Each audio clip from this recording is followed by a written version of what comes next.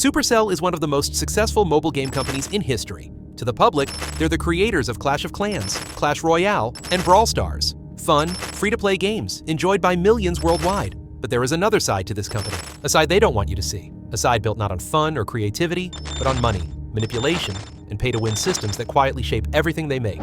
At first glance, Supercell's model seems innocent. Small teams, passion projects, cancel anything that isn't perfect. It sounds like a studio focused entirely on quality. But in reality, this model allows Supercell to test, tweak, and perfect one thing above all: monetization. Look deeper into Clash of Clans. Once a game of patience and slow village building, now a system of endless microtransactions, builders that can be bought, magic items that skip entire upgrades, resource packs for real money. The game presents itself as free, but at every stage, spending is encouraged. Want to skip a painful 14-day upgrade? Pay. Want to get the latest hero equipment faster?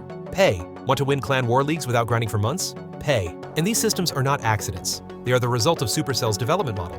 Small teams focused entirely on creating loops that encourage spending. The introduction of magic items, raid medals, hero equipment, and the blacksmith are not just content updates. They are design systems to offer shortcuts for cash. Clash of Clans is no longer about strategy.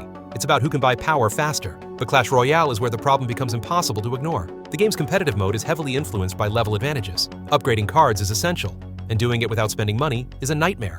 Gold is scarce. Wild cards are rare. Star points take forever. The shop offers constant special offers, bundles of resources you can only get by paying. And then there's the Pass Royale, a premium battle pass that locks critical progression behind a paywall every single season. New cards are released and immediately overpowered. The Monk, the Phoenix, the Skeleton King. If you don't unlock them through the paid Pass Royale, you fall behind in the meta. The top ladder is dominated by players who spend, while free players are left with underleveled decks and hopeless matches. Supercell's balance changes are suspiciously slow, letting broken cards sit unpatched while the shop floods with special deals for those same cards. Coincidence or design? Brawl Stars promised to be different.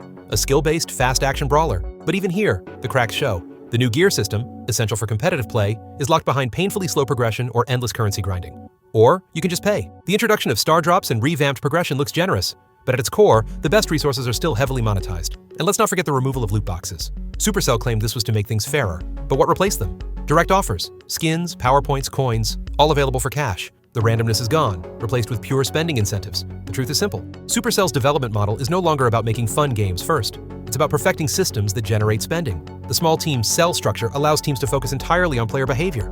When they get bored, when they get stuck, when they might pay to speed things up. Data drives every decision. The result is a cycle of frustration and relief. A system designed to make you feel stuck unless you pay to move forward. Even canceled games like Rush Wars and Clash Quest showed signs of this thinking. Energy systems, upgrade loops, currencies layered on top of currencies. When they didn't monetize well enough in soft launch, they were scrapped, not because the gameplay was bad, but because the monetization potential wasn't high enough. Supercell's defenders argue that everything can be unlocked for free. That spending is optional, but that's not the point. These games are designed to make you feel like paying is the smarter, faster, better choice. Grinding is made painful on purpose. Progression is slow by design. The temptation to spend is constant, and that's no accident. It's the result of years of quiet experimentation, of a development model focused on profit first. And then there's the players. Supercell's system divides the community into two classes: spenders and free players. The gap between them grows with every update. New features like hero equipment, pet upgrades, and blacksmith levels in Clash of Clans. They sound exciting, but they also mean more grinding, more dark elixir, more raid medals, more time, unless you pay. Clash Royale's meta shifts around new paid cards. Brawl Stars gears tilt matches toward those who invest real money. The rich get stronger, the free stay stuck. This isn't just monetization, it's pay to win, a slow creeping form of it that Supercell hopes you don't notice. But players have noticed. Forums, Reddit, and YouTube are full of complaints. Max level costs too high, progression systems too slow, magic items too rare without paying. The whispers are turning into shouts. Supercell may not want you to see this side, but it's impossible to ignore. In the end, the dark side of Supercell's development model is simple. Games that look free, play like fun, but are carefully built to make you pay, sooner or later. A system perfected not for creativity, but for control. Not for fun, but for frustration. And until this changes, until Supercell rebuilds its philosophy around players, not profit, their golden age may truly be over.